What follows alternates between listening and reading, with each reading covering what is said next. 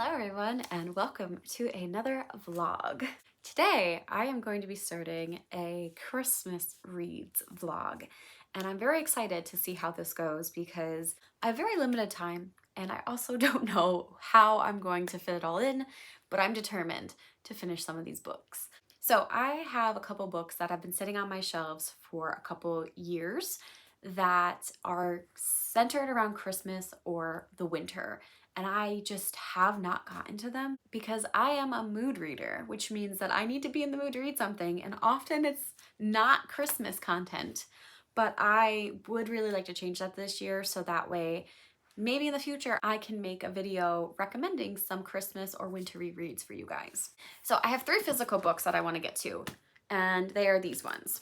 2 are from my friend Sarah Sutton. She wrote a Can't Catch My Breath, which is a winter romance, and Christmas as We Know It, which is clearly a Christmas romance. I just started some of her books and never finished them, and I feel like that is such a travesty because I know she gets better with her writing and I don't want to put these off longer.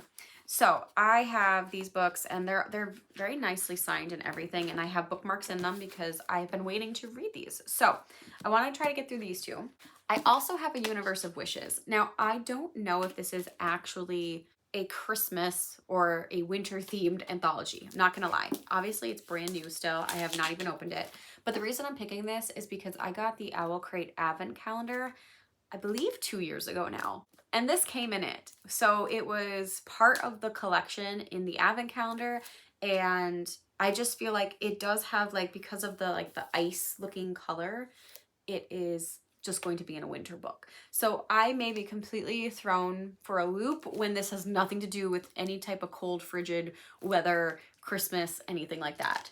But there are a lot of authors on here that I like and or want to read. Yeah, so this looks like it's gonna be really good. So I don't care whether or not this is Christmas. I'm gonna try this. And then lastly, I'm actually gonna start today an audiobook. And it is in part for my book club, which is in person, the Pixie Book Club, and that is The Christmas Fix by Lucy Score.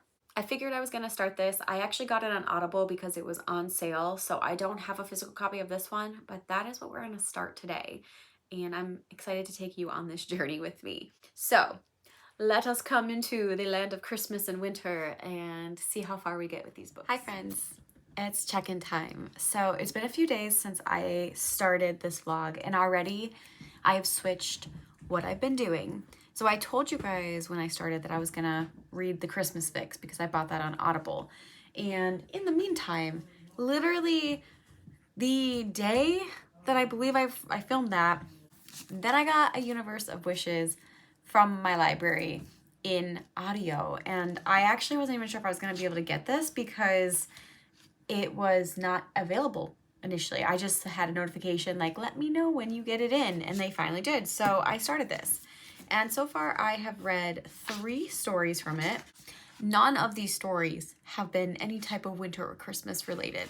The closest you could say maybe is like the first one is about a wish, and you can maybe stretch the fact that like people make wishes on Christmas. It has nothing to do with anything. So the first one was The Universe of Wishes, The Namesake by Tara Sim.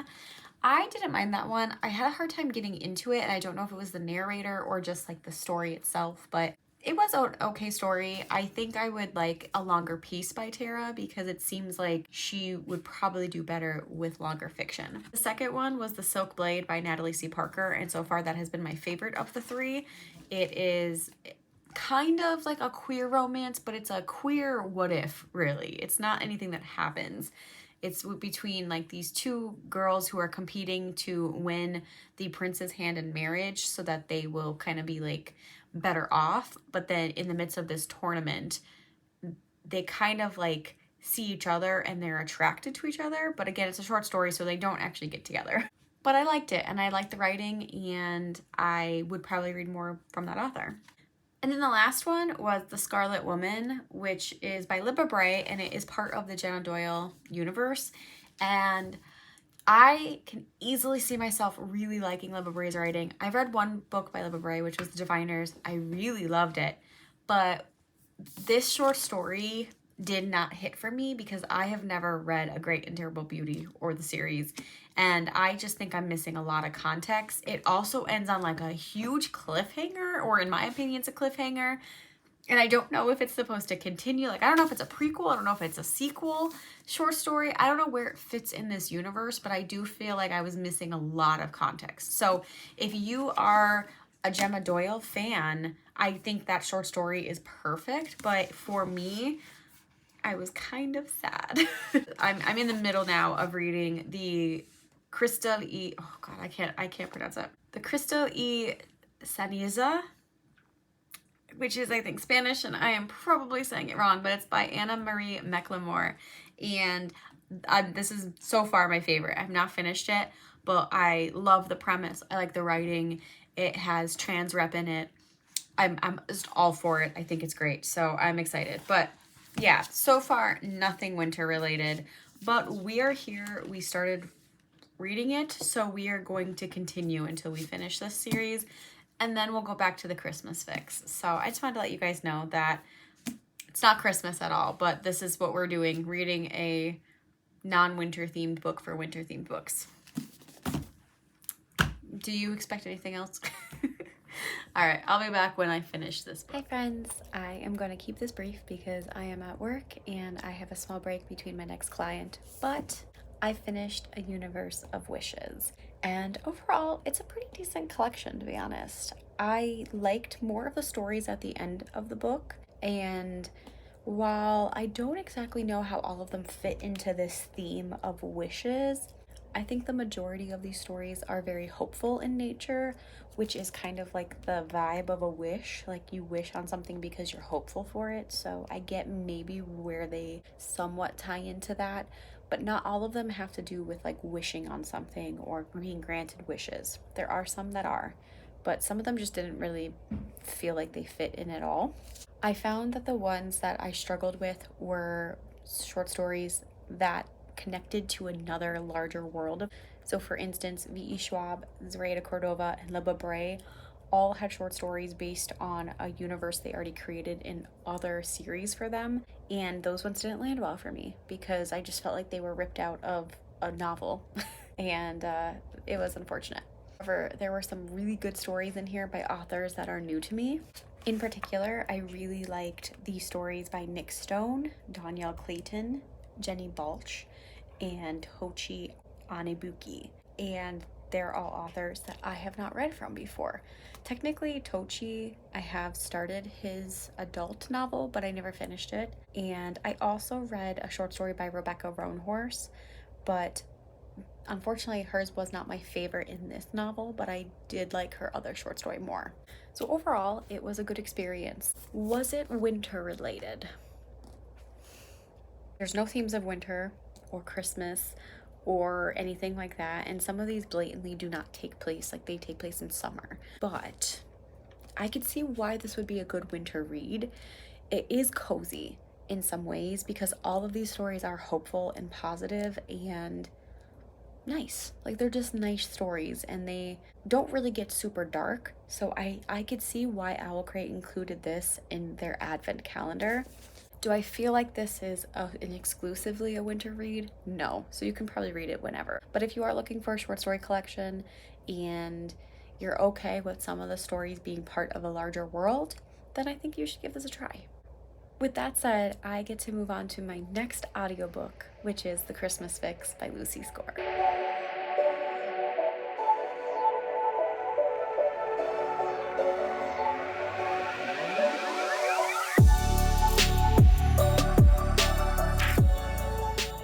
Hi friends. So last night, it was December 8th, and I went to go see the Disney movie Wish with some of my friends. It was kind of just like a fun girls' night out, like let's go do something cute and easy going and just have a nice night, and the movie was fine.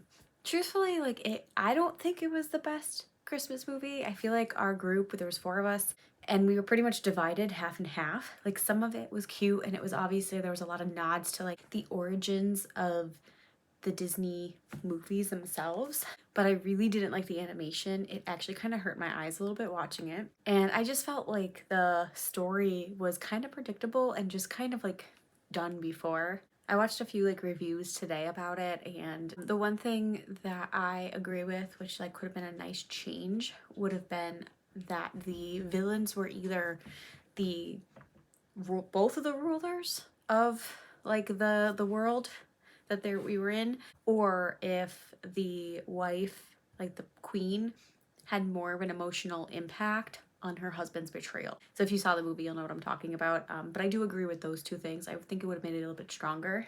I also really liked the one song in it, but me and my friend, while we were watching it, we just kept going to each other like, this sounds like a love song. Like it sounds like they're professing their love to each other.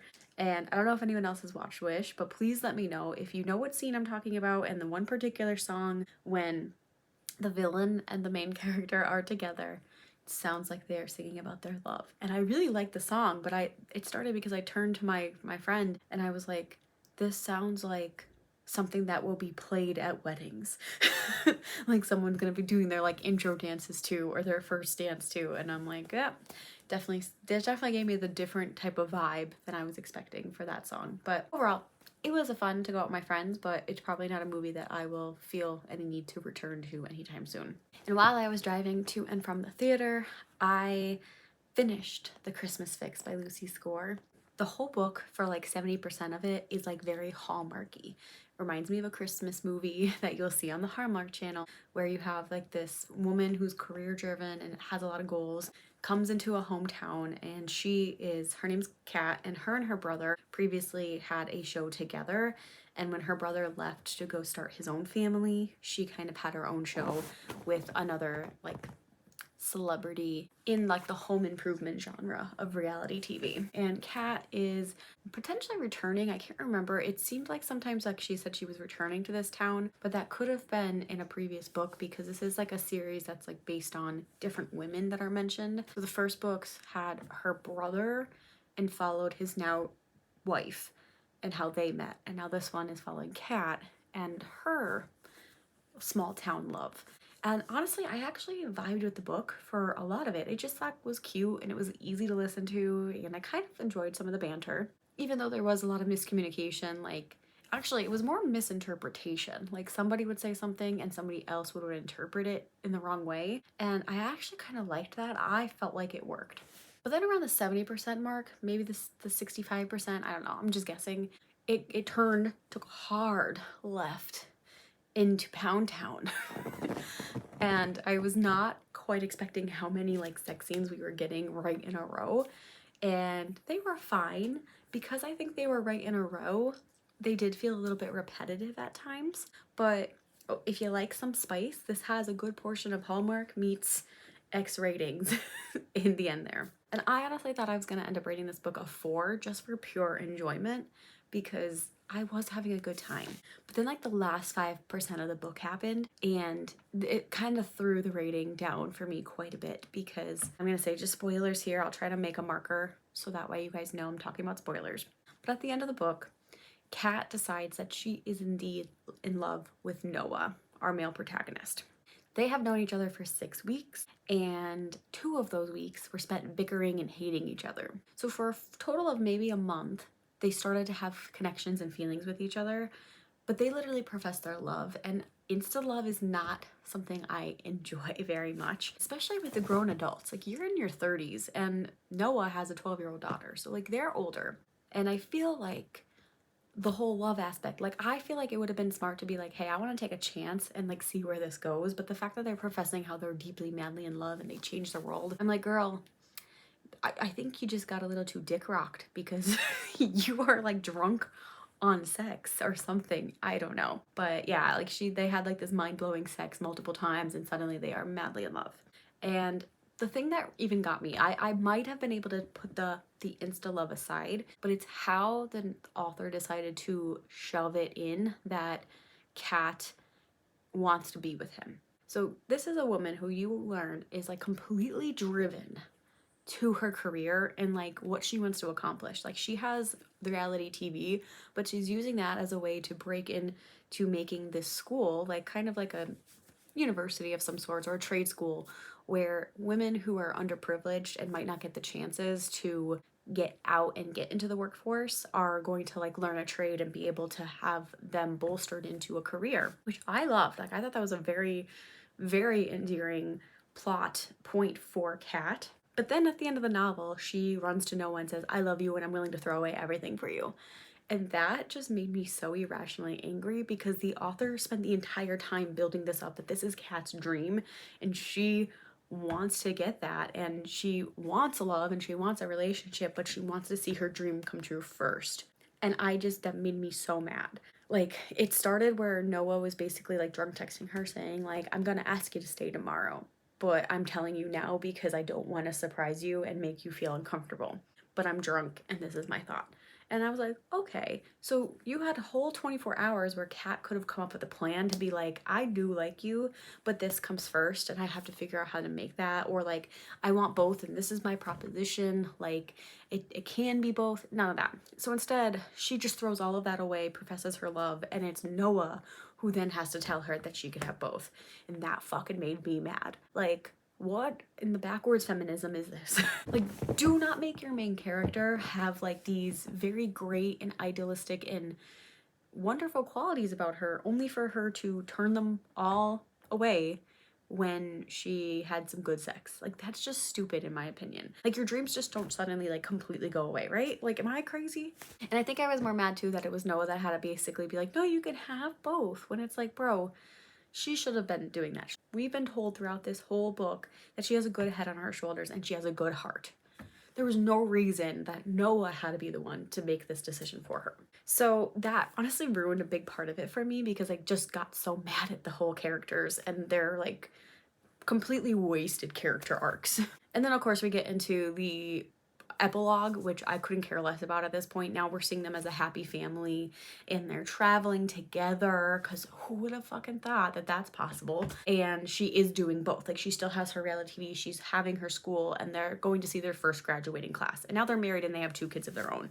So Kat is now stepmom to the I don't know how long, so like it's either 14 or 16-year-old girl, and she has 2 boys of her own, and they're a happy family, which is great. But it just made me mad that we had to like just be blindsided by love that you really only had for a month.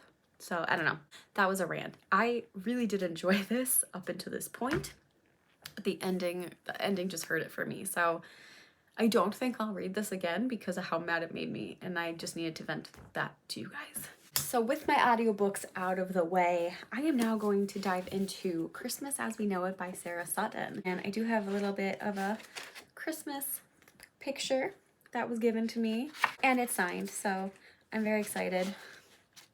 I feel bad that I didn't get to it last year, but this is the perfect time, so let's dive into this. Hello friends, it is the 16th of December and I'm at the gas station. I just wanted to quickly check in because I am traveling to Philly today to spend the night with my friend. We're gonna go see Tina Fey and Amy Poehler's stand-up. And I'm at the gas station and people are staring at me, but I wanted to just say that I realized that Sarah has an audiobook for Christmas as We Know It. And my trip should let me finish that book today. So we're gonna go travel and listen to some audio and have a good time.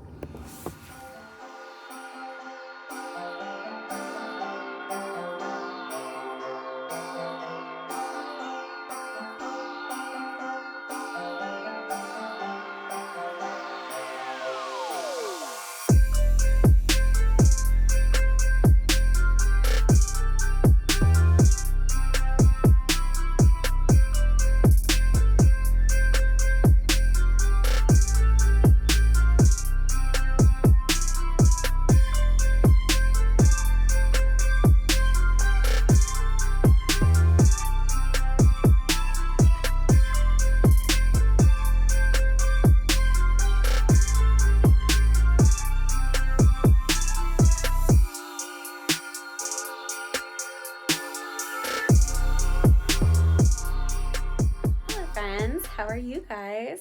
It's been a few days, but I did want to check in because after I went to my friends for Philly, we had a really fun adventure. It was really cool to see the little Christmas village, and I had such a good time at the Amy Poehler Tina Fey show. It was honestly quite funny, and I got to learn a little bit more about those women as well as just really enjoy their presence. Amy Poehler in particular is hilarious and her stand-up is great, and I enjoy Tina Fey as well, but she really played into the Philly crowd because she's from Upper Darby, which is just in the Philly area, so she was born and raised in this kind of location, so she played a lot to the crowd and her memories with Philly, which was still pretty cool. So I enjoyed that.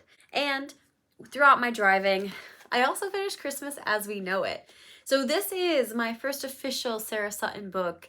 I know I've been friends with Sarah for a few years online, and sometimes I'm a bad friend. I do buy and support my friends' books all the time, but I don't always read them all the time, especially with something like a seasonal book because I'm a mood reader.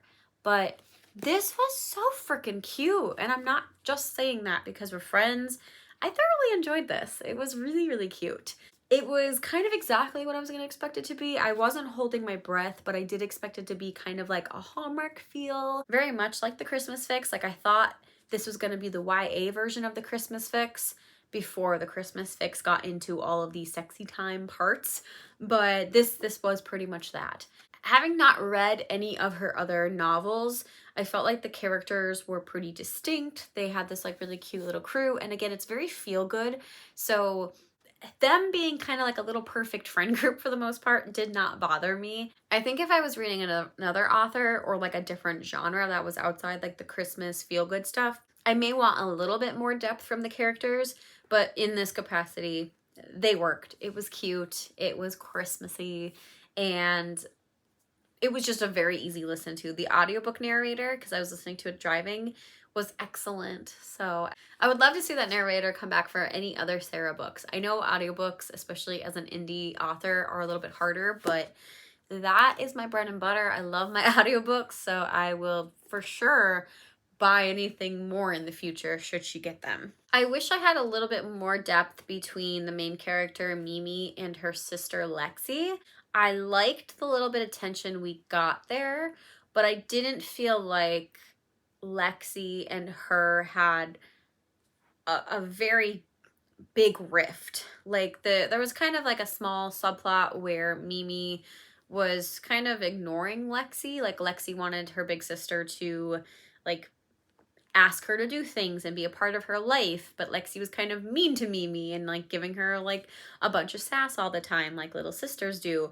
But it seemed relatively shallow. Like it seemed like normal sibling things to do, having two sisters of my own. Like we were so much meaner to each other. Maybe that's just me and my family or the Appalachian way, but I didn't feel like the tension was there for like the little bit of a blowout that happened between them. And I also just felt like there was no indication that Lexi felt this way. And maybe it's just because I listened to an audiobook and I didn't pick it up, but that was the only gripe I really had about this book, was I just wanted a little bit more depth and tension between Lexi and Mimi, but otherwise, this was really nice. It was just a really fun, lovely read. I had a good time, and I would definitely recommend it to pretty much anybody. Like if you don't want any spicy stuff and you're just looking for a very good Hallmarky book, I think this is excellent for that. There's literally no spice. It is definitely a high school setting where we have our main character kind of falling in love for the first time and figuring out what love looks like in the setting of Christmas, and just, yeah, it was very good. Okay. That's pretty much all my thoughts on it. Last but not least, I'm going to see how far I can get, but we are going to try Can't Catch My Breath. So this is going to be the real test now, because we're going to have two winter-themed books by the same author, and we're going to see if the characters sound distinct. That's the main thing I have when people write like the same genre, is do your characters sound distinct enough? So this one is going to be following Addie. And I have no idea if there's anything to do with the characters. I actually don't know if this is a complete standalone novel or if it ties into this series kind of loosely. So I guess we'll find out. But that's where we're at. So we're going to finish this, and I think we are going to do some Christmassy things like wrap presents and watch Christmas movies to wrap up this vlog. Here we go.